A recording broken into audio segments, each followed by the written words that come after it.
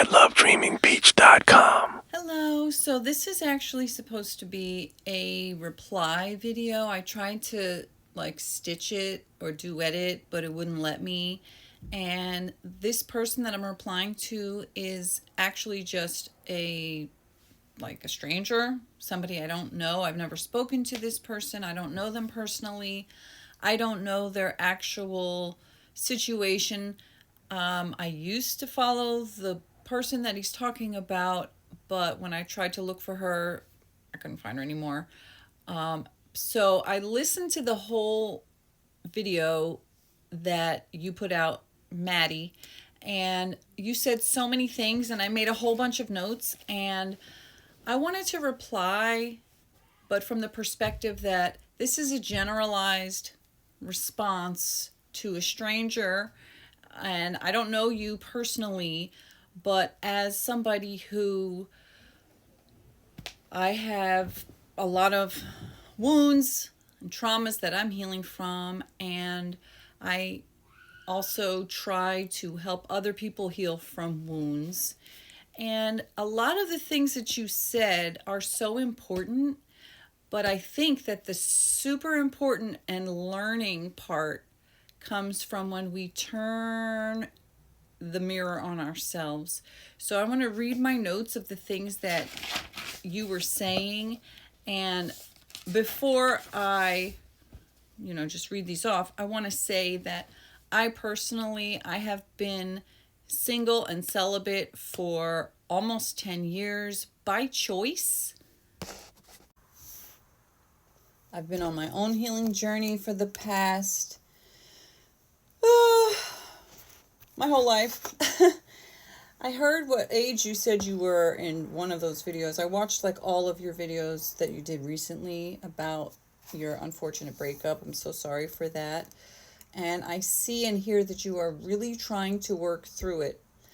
And so I'm probably about 13 years older than you. And I'm just mentioning that because I've been trying to heal from my traumatic past for decades. And what I have learned is that, so I had an SP obsession, a specific person obsession for many years with a person who was not available. And you talk a lot in your video about your ex being a dismissive avoidant. And then you say a lot of things about that. And I'm not going to pretend that I know all the intricacies and all the details and the definitions of your relationship or of dismissive avoidance in general. I personally am an avoidant. I don't know if I'm a dismissive avoidant, but I definitely have preferred to not date, and I am an extremely introverted person, and for a long time I did not realize why. I knew I had a fantasy obsession. I was aware of that, and I knew that the guy that I had a fantasy obsession with was emotionally unavailable and physically unavailable, but I didn't realize for many years that the reason I was attracted to somebody who was not available was because I am as well was emotionally unavailable. So with that in mind, I'm going to read off the things that I've heard you say, and then I'm going to say something about it. That's all I want. I want connection. You don't want a relationship that's healthy. You're victimized. And just because you want connection, you are now getting shut down. That you expressing your needs is getting you shut down by her. There's no way of explaining no, and then that ex-girlfriend saying, no, I don't want it. I don't want to talk about feelings. I'm a bitch. Okay. Then there was this extremely important thing where you said that you need to heal, but you don't even need to heal from your own trauma, but you need to heal from her trauma. I need to heal from her unhealed past traumas. Then you said she wants to destroy. You want to make amends, but all you want to do is connect and with the loving person, but it's never there, and that she's scared. So what I want to do is to make this video to say every single thing that you're saying about her is you. You want connection so bad. But there you were for almost 2 years trapped in this relationship with somebody who clearly was emotionally unavailable, who clearly had no ability to communicate. And yet you took it again and again and again and again and again. You tried to fix it. So my question is, who in your life growing up was unable to communicate, was unable to be loving? And who were you desperately seeking to make amends with? Who rejected you or just simply was unfit to be your parent or your guardian? Who was incapable of loving you? Who made you believe that when you needed connection to talk about your feelings, to work through issues, or to just be vulnerable, they shut you down? You want connection, and so this is what I'm interpreting as a completely objective outside person. And again, this might not have any truth to do with you or your life or your situation, but me as an outside person listening to you and your desperate because you want something so much that's lacking, and that's where desperation comes in. When we desperately are lacking something that we genuinely need, the lack of it makes us desperate. So what I'm gathering is that somewhere along your journey, you were fine-tuned and groomed and trained to believe your needs don't matter, your feelings don't matter, your desire for connection and a loving connection is somebody else's burden. And I would say that you may be playing out relationships like that in this unseen desire to fix it, to get that unwilling, uncommunicative, unloving gaslighter who love bombs you when they need something, but then immediately just shuts down or is verbally abusive towards you when you need something. And so ultimately, what I believe is that somewhere inside of you, maybe, you don't even believe that you're worthy of the love that you actually want. You want a loving relationship that's kind and communicative, but you don't believe that you're worthy of it. You don't believe you deserve it. You think that you need to earn it from somebody like your ex. But going back to what you said, that you need to heal from her trauma? No. This is evidence of the fact that you still have a lot of unhealed traumas of your own. The fact that you would be willing to put up with this even one time, let alone for a couple of years, is proof that you have unhealed trauma. You don't need to heal from her trauma. You need to heal from your own trauma. Your own trauma that led you to allow yourself to be treated in such a horrific way, where a healthy person who was actually ready and healthy to be in a healthy, loving, happy, communicative relationship, they wouldn't put up with that shit at all.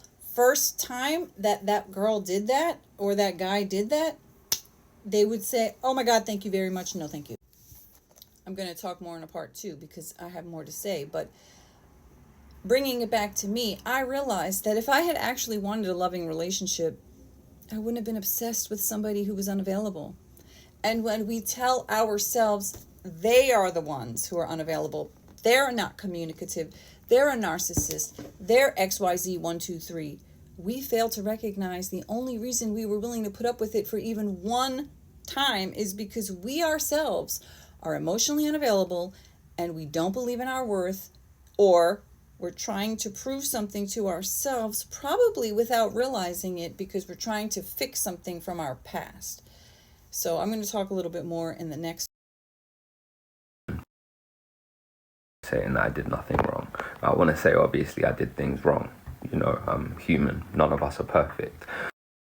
Get lovedreamingpeach.com. Okay, so this is part 2 of Be Erroneous. P, this is my opinion. I'm replying to somebody's series of videos about their breakup, a stranger I follow on TikTok, and I am giving my generalized, objective opinion. I'm really kind of taking the things that I heard him say in his video about his breakup and his ex, and I'm applying it to myself and my own personal experience and my own perspective, and kind of maybe hoping to do like a little, hopefully this will help him in his own healing journey, because Maddie, you seem extremely introspective, and one of the most important qualities that I found in my own healing is the willingness to be a self-reflective, introspective person.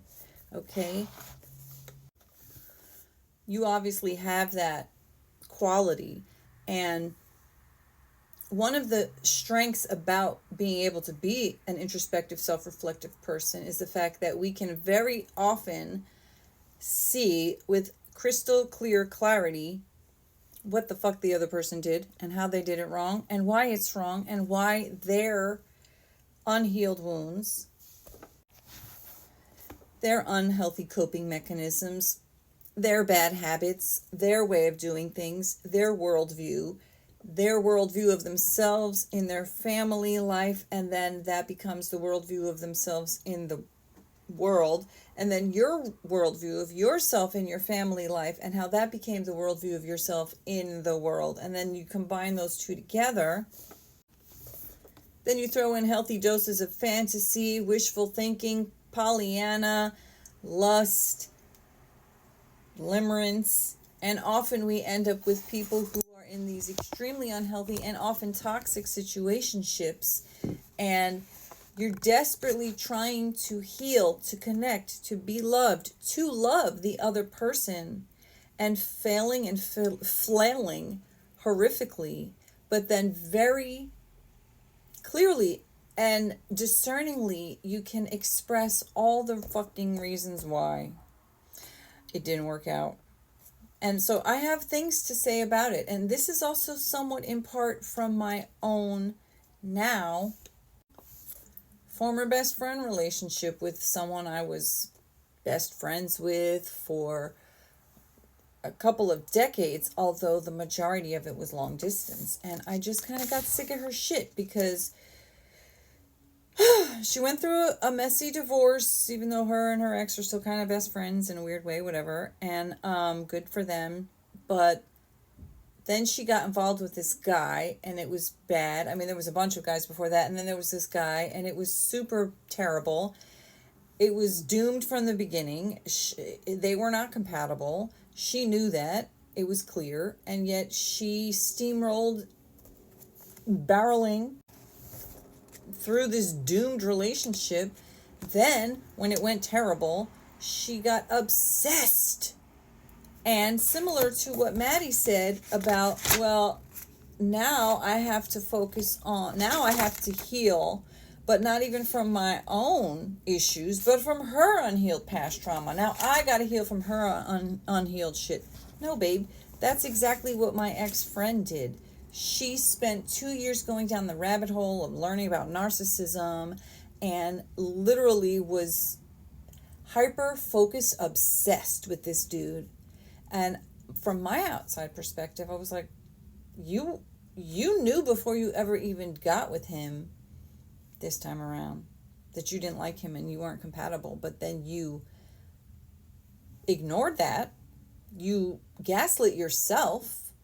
You knew you weren't compatible, and then you somehow fell in love with him anyway, which was so weird to see it happening. And then everything that went wrong was because they were not compatible. And I watched the whole thing go down, and then I saw, so the whole point of this is that I was super aware of the fact that, girl, you are saying that you want this loving relationship, but you're picking somebody who could never give that to you.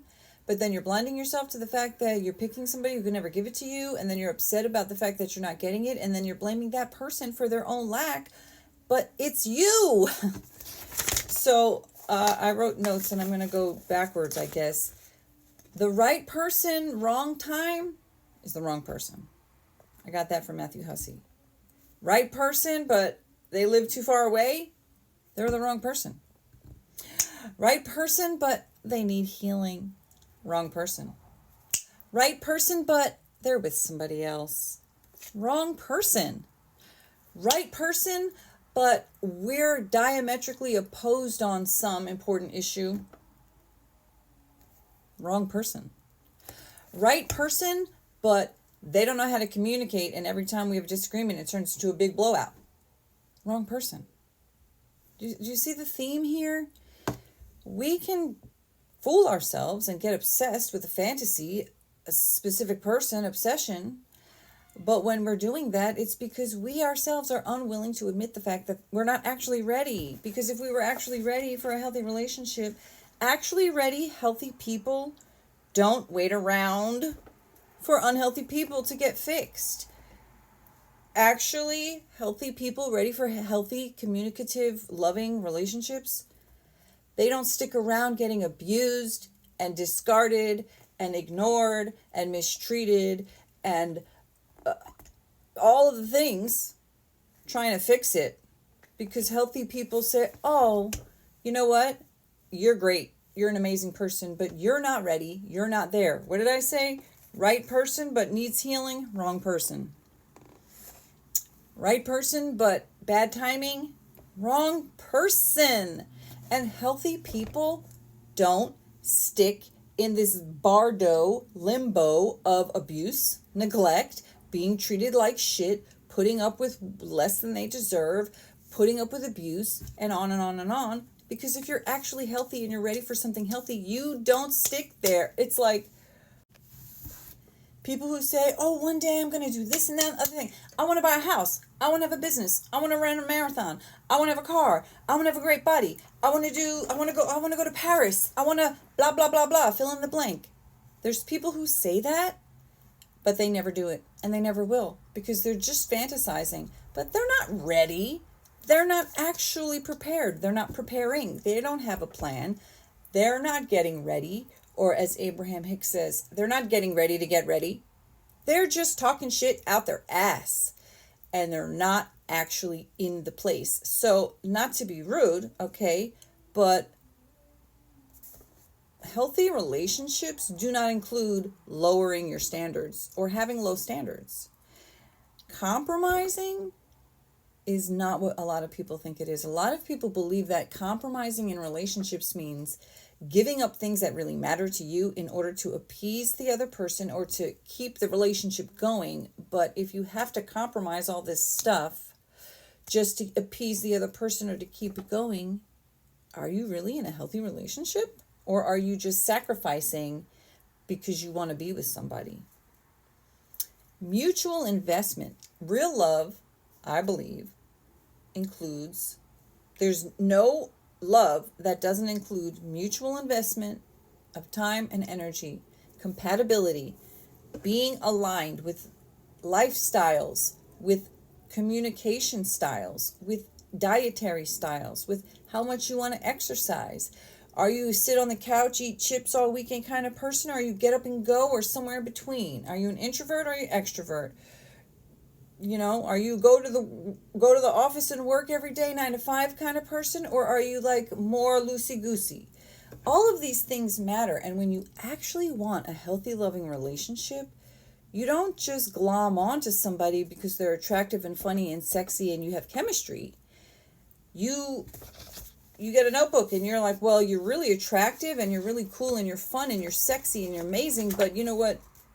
You don't have all of this compatibility, and you're not actually, you're stuck in the, if only they, fill in the blank, did XYZ and 1, 2, 3, it could be so amazing. Catherine Woodward Thomas is an amazing teacher, and she taught conscious uncoupling and calling in the one and many others. And she says, even if your partner is 99% at fault, you still have 1% of fault. And when you focus 100% of your time and energy and healing on that 1% that you did, or of your own healing, that is where you get to the next level of actually being able to Get I'm lovedreamingpeach.com. getting really sleepy. This is going to be part 3 of Be Your Own SP. Be Your Own SP obsession. Get obsessed with getting to know yourself. Get obsessed with healing, the next level of your healing. Get obsessed with doing the deep, introspective, self-reflective work of uncovering the next level of unseen, unhealed wounds of your own. All right, I'm going to read some more notes because this is a reply video, but also hopefully loving, encouraging, and pragmatic kind of how to heal from a broken relationship. You know, something that Matthew Hussey says is, yes, your heart is broken because it's over, but don't allow yourself to feel that you lost the love of your life, because if they were the love of your life, then you wouldn't have lost them.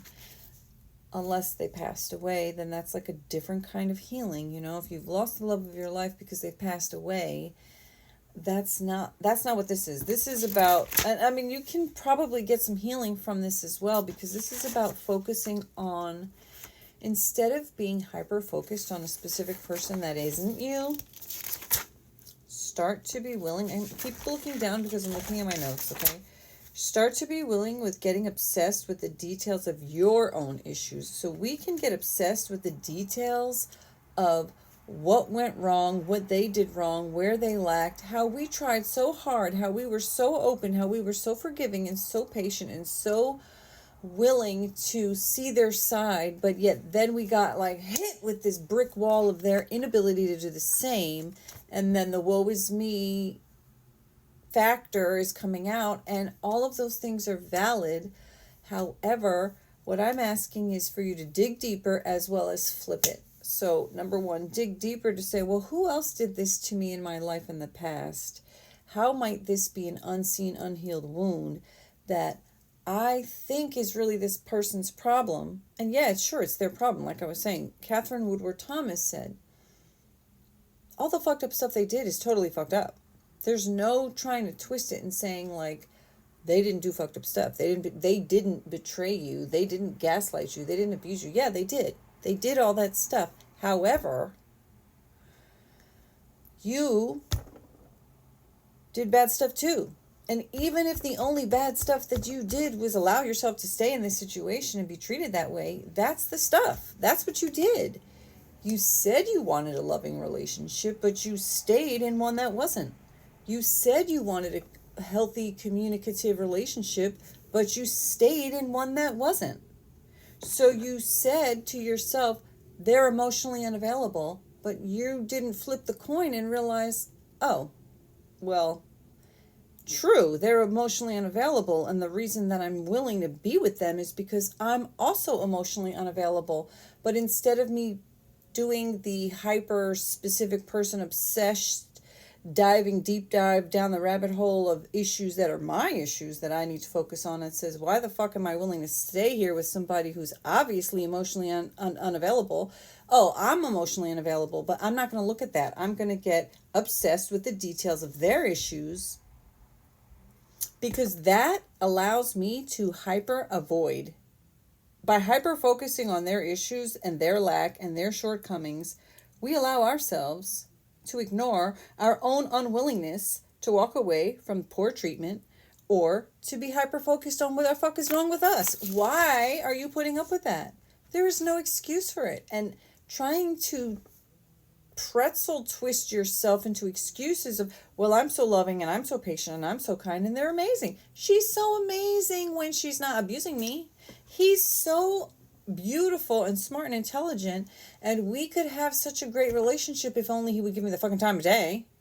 He's literally perfect. These are things I would say to myself about my specific person obsession. He is literally cut from he was made from scratch for me. Like, God is an artist, and he sculpted this beautiful man from head to toe and back again and front to back and oh my God, what he does and how he acts and the way he looks and oh, the way he treated me. But all of that was bullshit. He didn't treat me good, and he obviously wasn't right for me because he didn't want to be with me. I got hyper focused on all of the things about him that I loved, but I totally forgot that when you're baking a cake of love, the first ingredient is mutual investment, mutual desire for that relationship. And not only just mutual desire for that relationship, but mutual desire for a relationship that's actually like on the same page. You know, like one guy is thinking that, you know, this is a full-time job, Monday through Sunday, and I'm going to, you know, morning, noon, and night. And the other person is like, what are you talking about? I thought this was like a once-a-month job. So what your definition of job and their definition of job may be so completely misaligned, but you're not discussing the details because you're like, you want the job? Yeah, I want the job. Great. You got the job. Great. You got the job. But then you're like, wait, what you think is entailed in this job is completely different, but you didn't discuss it because you got obsessed with the lust and the fact that somebody's there, a warm body, is somebody to hug you and love you and do all this soft, nice, fuzzy, great things. We all want that on some level.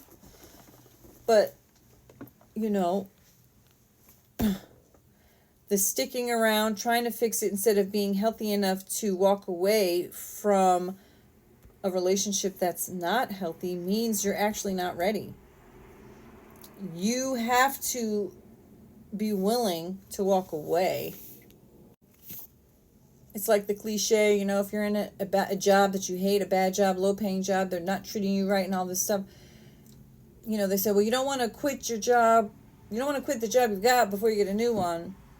You don't want to like shoot yourself in the foot and go running out into the snow and you're like, I just destroy, you know, but the thing is that people who have confidence in their skills and their abilities to earn, they don't stick around in a shitty job that's low paying, that's treating them wrong, that's an unhealthy environment, because they know that they're actually losing.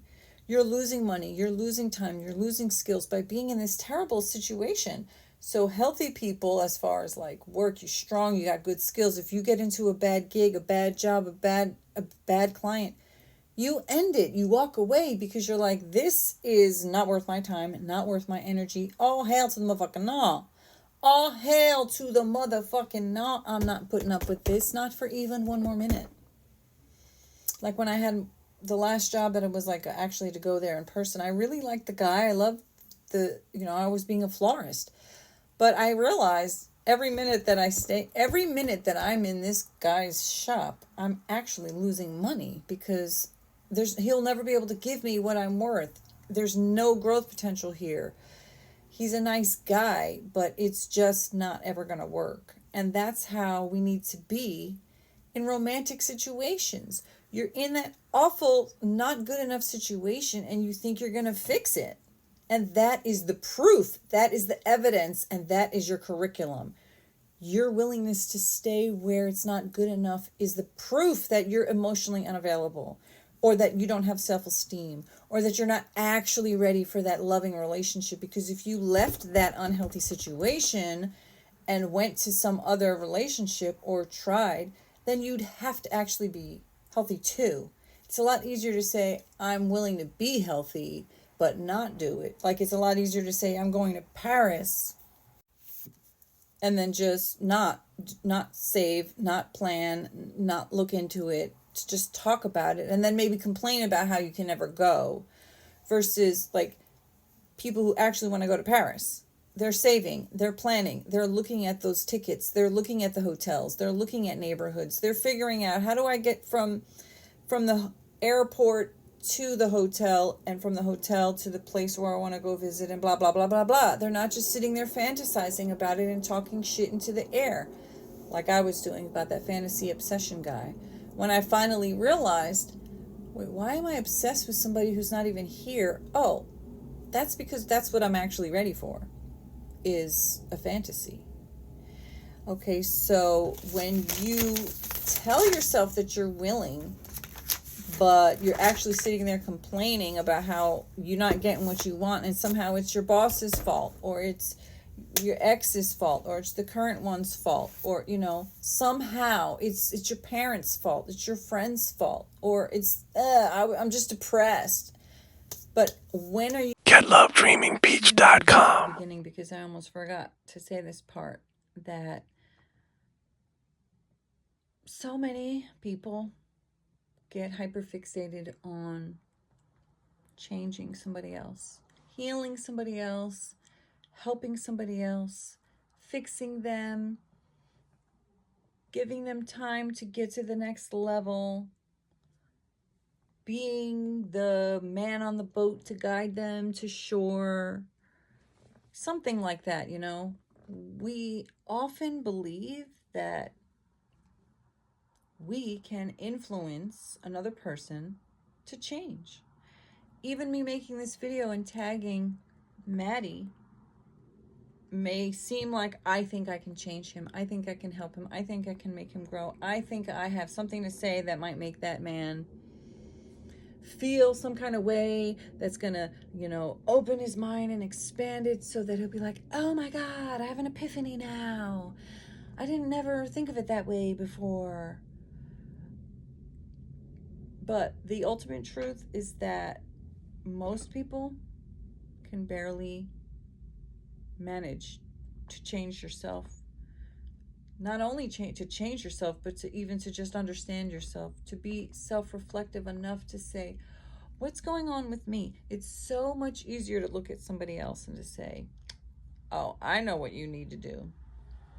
Oh, I see what you got wrong. Oh, I see what's going on. And I spent the majority of my life hyper-focused on friends and situations with people who were troubled, who had issues, who needed help, because that was my way of avoiding my own self, my own issues. I mean, I was very, very deeply disassociated from my severe childhood trauma that I'm still healing from now. But I just wanted to pop in and add that even though I'm talking about changing ourselves, giving advice, unsolicited advice about self-growth, self-healing, self-love, which self-love begins with self-like, and self-like begins with the willingness to see ourselves truly and deeply, to be your own friend, to give yourself the time. Julia Cameron wrote The Artist's Way, and she talks about Julia Cameron going on dates with yourself and filling the well of your own creativity and doing things by yourself. You do things by yourself so that you can fully immerse yourself into the experience and not have to break it apart and give some of it to somebody else. Those specific activities that she talks about in the book are about filling the well of your own resources and creativity.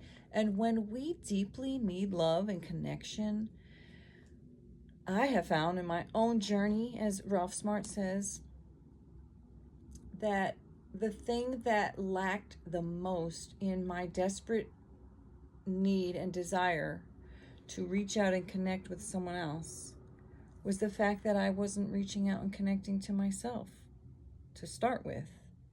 So I was disconnected, reaching out to another disconnected person, trying to connect with them, and wondering why. It's like, a battery, like when you try to put this two negative sides together and they literally reject each other.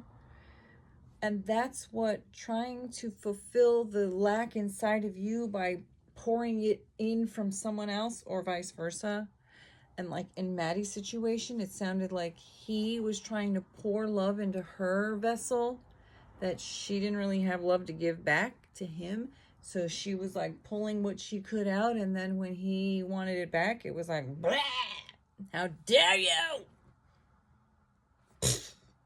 I got the juice I got from you. Now you want it back? And I'm not saying that that's what that person actually thought or felt. I'm just saying that it sounds like situations, generalized situations where someone doesn't have anything to give. They're trying to feel loved by being loved by somebody else.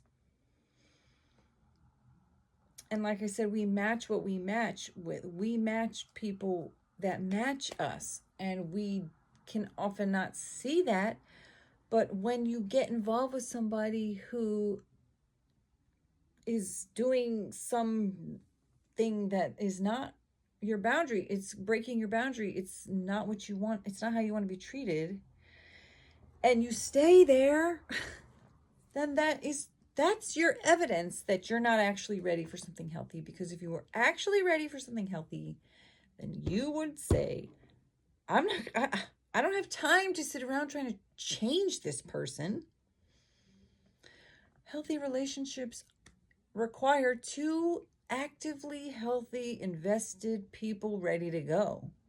Like if you were trying to build a business with somebody, would you have your best friend who doesn't have a penny to their name and has a whole bunch of debt and doesn't have any of the skills that are needed to build your business? Would you say, you're my best friend, let's do this together? Just because you're my best friend, I want to do it. But then you're like, the business isn't going anywhere. Maybe you put everything in, you put your money, time, energy, and you start to build this business, and then they're literally draining it. They're killing it. They're driving clients away or whatever it is. And you're like, I poured my heart and soul into this, and you're literally killing it. Or they walk in and they just like eating the food off the shelf, or walking away with the clothes you're trying to sell, or whatever it is, giving the services out for free to all their friends. And you're like, what the fuck? I poured my heart and soul into this, and they are literally using it as their goodwill. Just come and take anything you want. And you're like, I don't understand.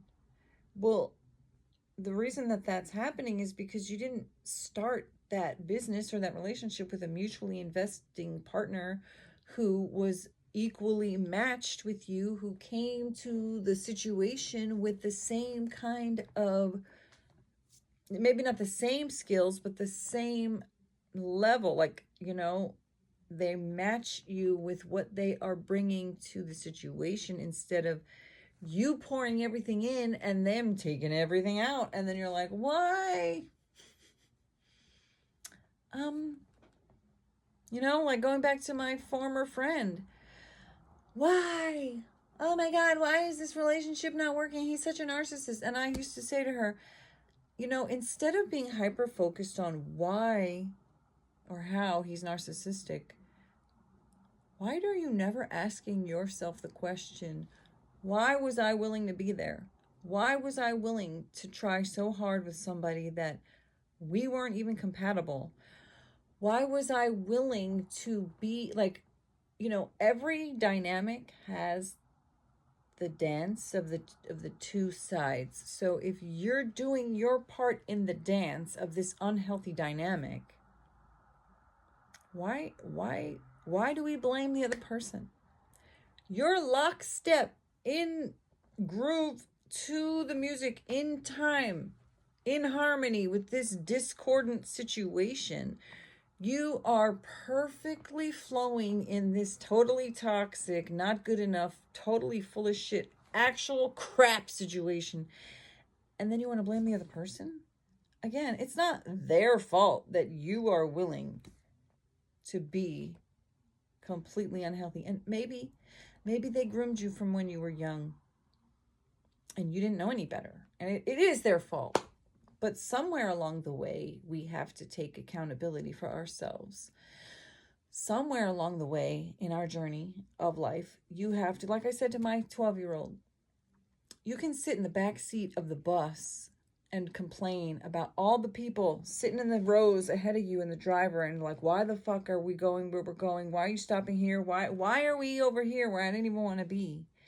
But when you realize that you are the driver of your bus, of your own life, you can kick the people out that are not aligned, that aren't going where you're going. Why are you letting somebody else drive you? Why do you have somebody else driving the bus? You are in charge. It's your bus. It's your life. So stop. Like, you're on this relationship.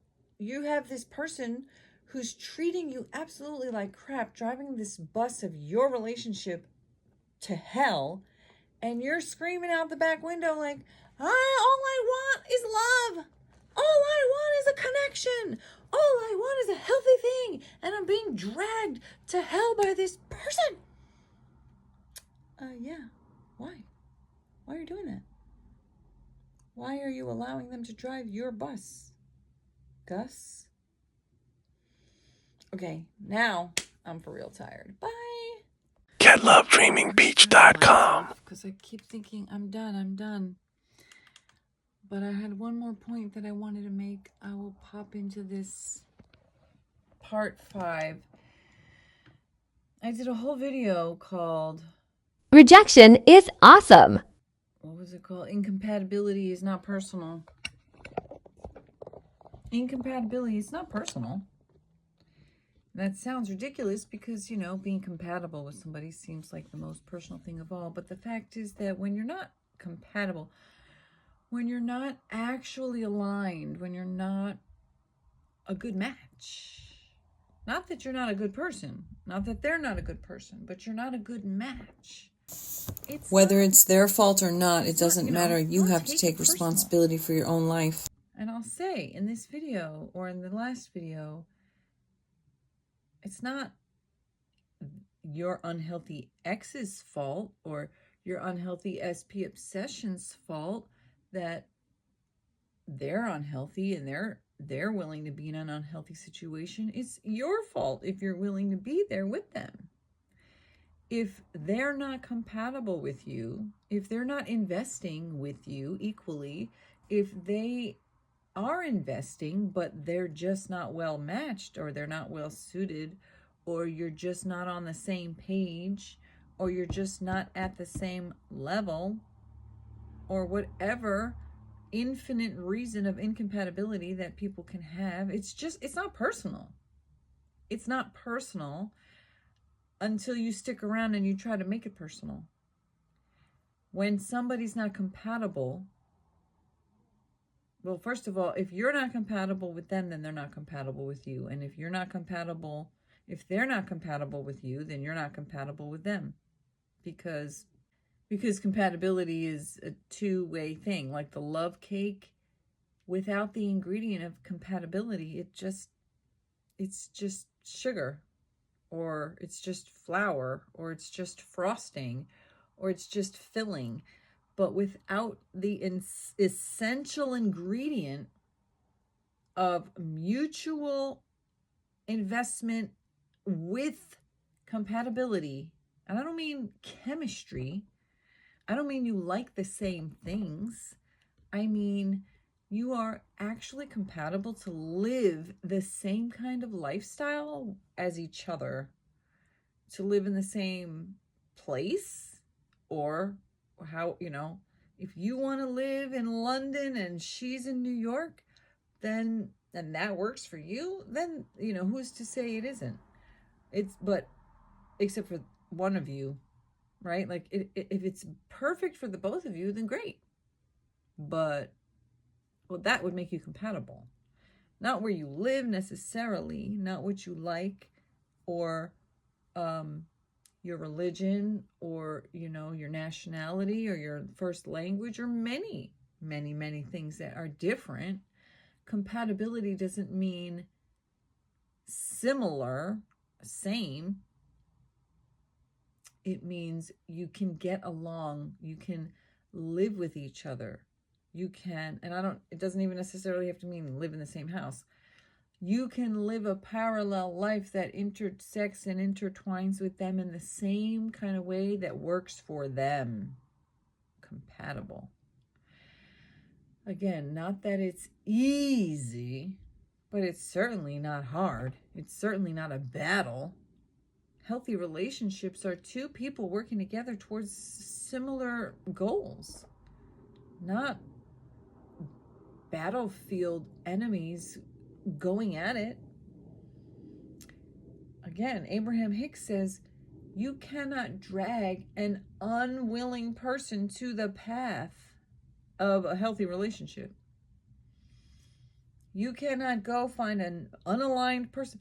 If you're not aligned and on the path, then like if the way Esther Hicks has described it is that, let's say you want a healthy relationship. If you actually want a healthy relationship, healthy, communicative, we share our feelings, there's affection, there's love, whatever, love is a very complex thing to define. So your kind of love, maybe you mean you want somebody that you can have nice conversations with, share ideas with, do fun things such as XYZ and 1, 2, 3, not ABC and 8, 9, 10. Okay.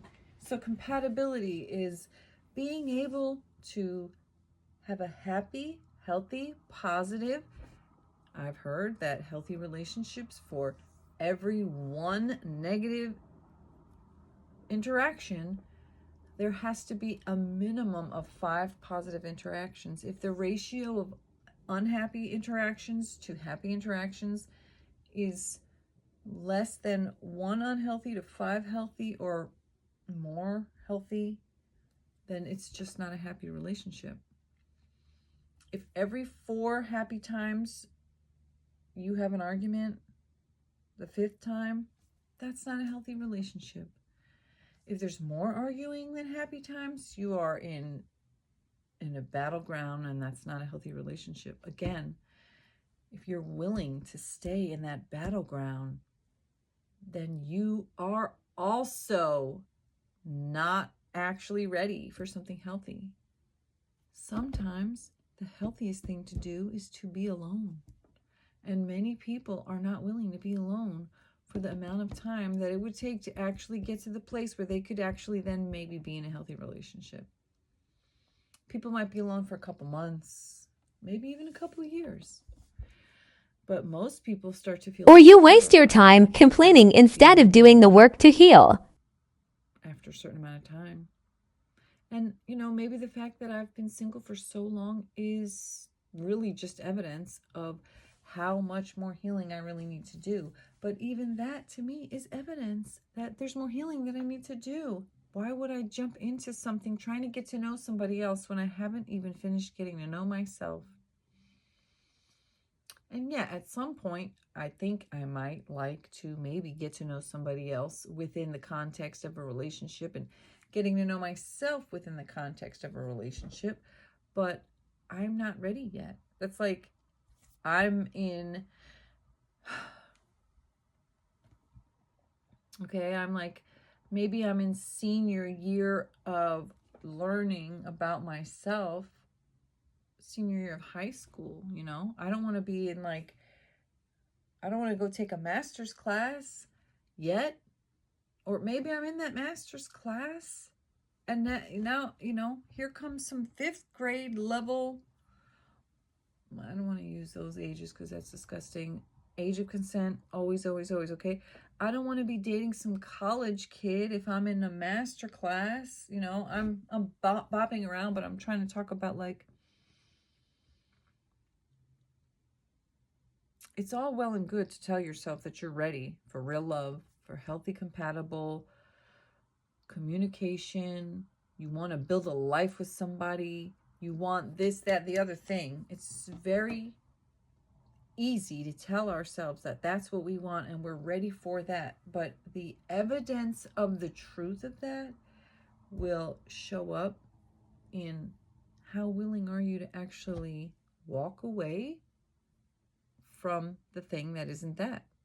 And not to give somebody who's just proven to you that that's not what they're capable of another chance.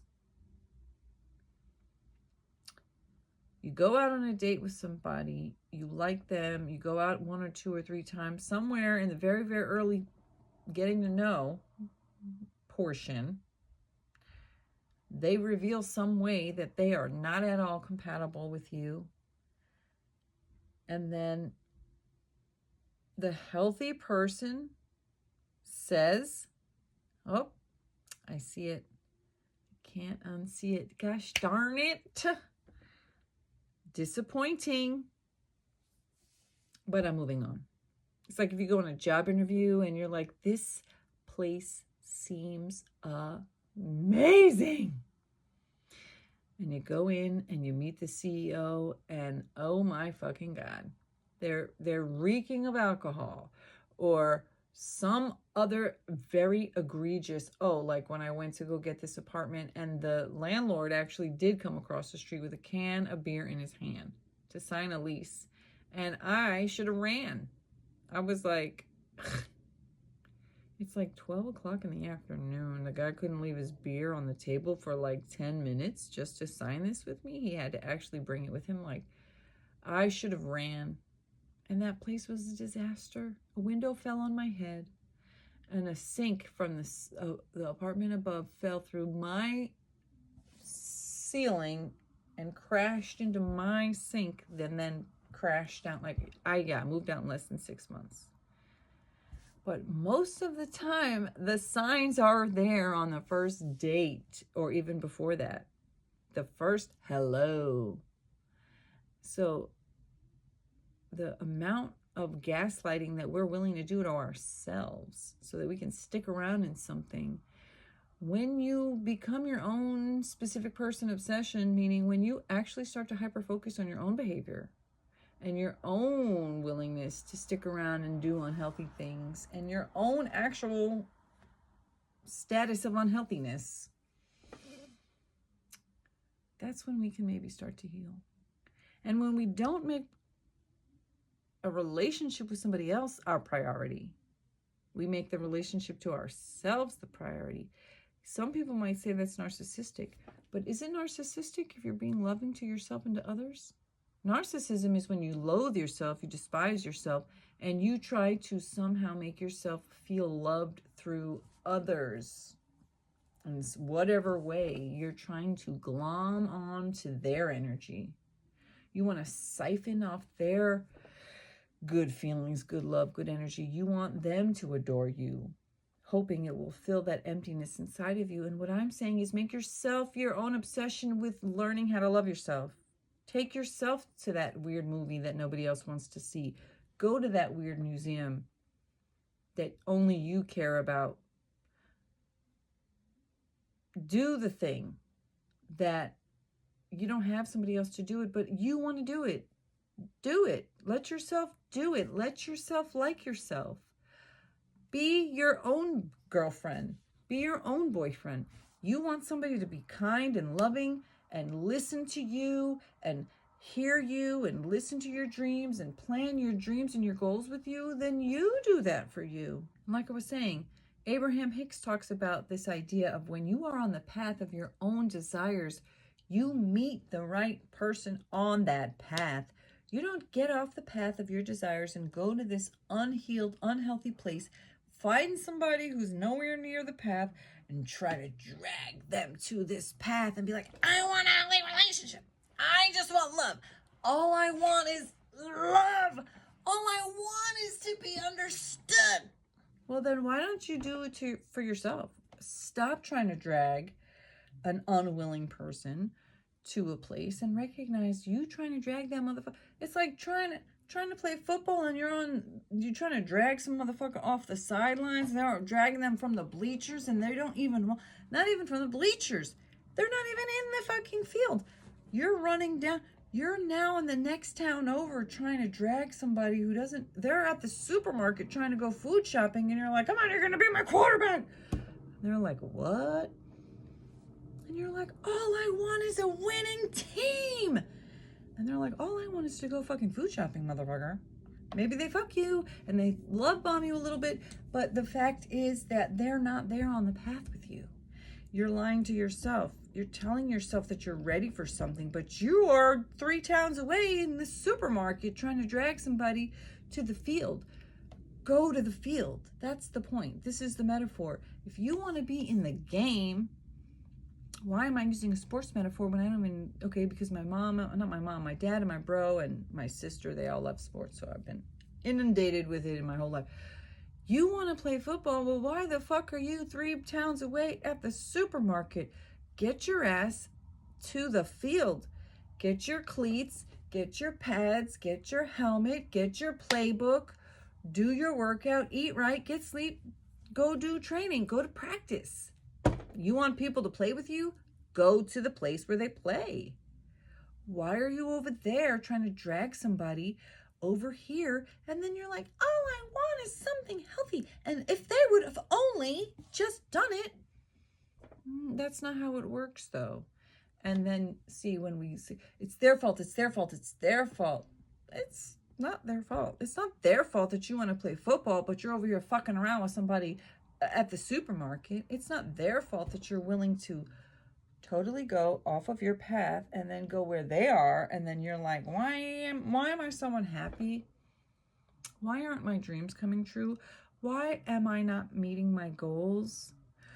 Why is my wish list a fantasy, an impossibility, and my real life that I'm living is nothing like the life I wish I had? Because you're fantasizing about what you want, but you're actually living the reality of something completely different. And then you want to blame Jane that you're stuck at the supermarket when you chose that choice. And then you want to blame Jane. So there you are in the supermarket yelling at Jane, arguing with Jane because all you want to do is be playing football. But you're the one that fucking stuck up with Jane. You know what? Jane would be a lot happier if you would leave her. Yeah, she'll be heartbroken for a little while because she, why did Bob leave me in the supermarket and now my life is over because I have to go find somebody.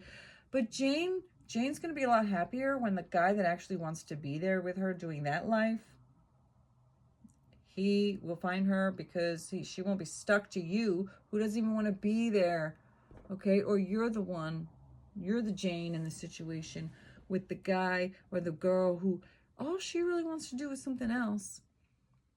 She's using you or she's abusing you. She's there with you. She's just, she's a narcissist. So she's just using you as energy, an energy source, or whatever the reasons are why they're doing unhealthy things.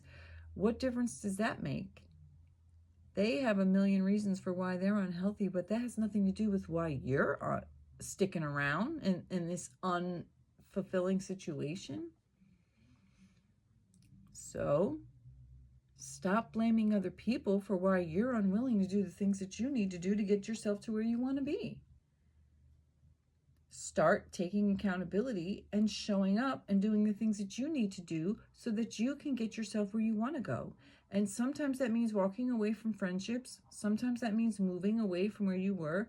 Sometimes it means shifting course, getting a new career, starting an education, continuing an education, getting a different job, finding different friends, starting another hobby, getting back to an old hobby, starting to eat better, or just start eating healthy to start. Drink more water, get more rest, get a therapist, start watching videos like this that actually, I don't make videos about manifesting your dreams that have to do with bullshit, Pollyanna, pie in the sky, Lucy in the sky with diamonds. I'm going to sit on my couch and just, I'm going to manifest this person who treated me terrible and abused me and is completely ill-matched and ill-suited. I'm going to somehow perfectly make them perfect for me. Well, why go through all that middleman work around? Like, that's so much harder. Why don't you just work on yourself? Why are you trying to fix somebody else? You're trying to be happy through fixing somebody else? Or complaining about why somebody else isn't giving you what you need? You give you what you need. Stop complaining about what Jane isn't doing right or what Bob isn't doing right and start wondering why you're doing what you're doing. Why are you there? Why are you in that unhappy situation? That's on you, buckaroo.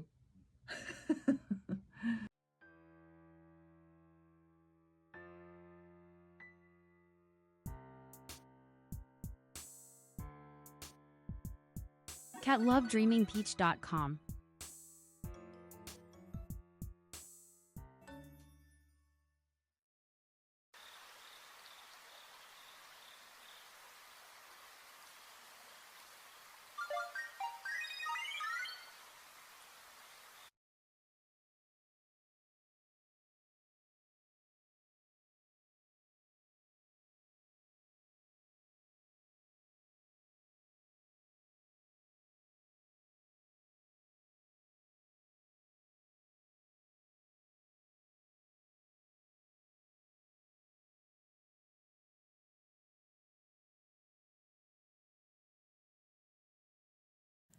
self-esteem issues that I'm working on.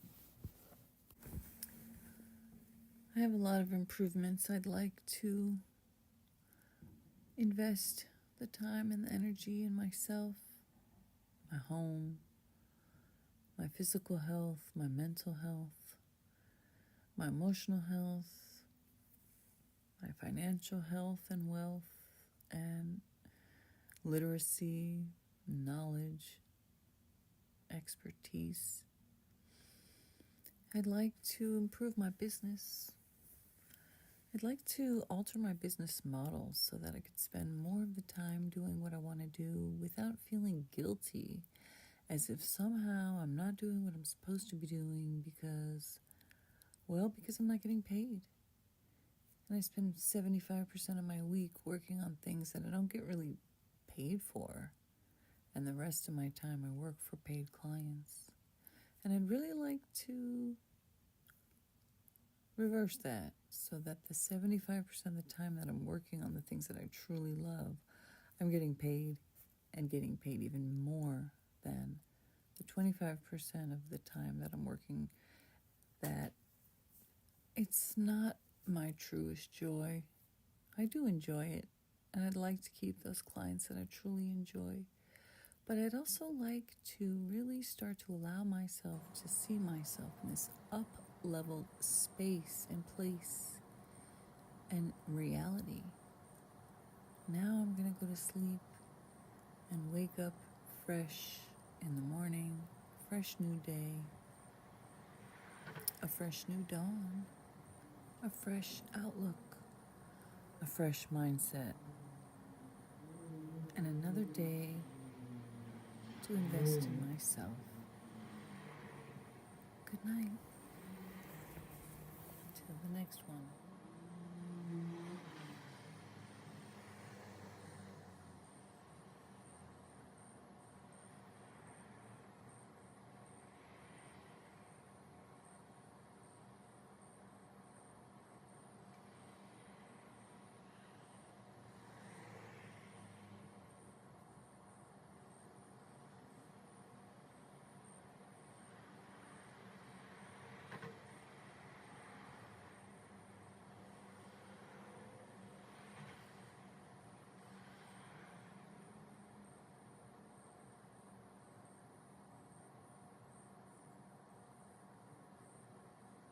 Lovedreamingpeach.com.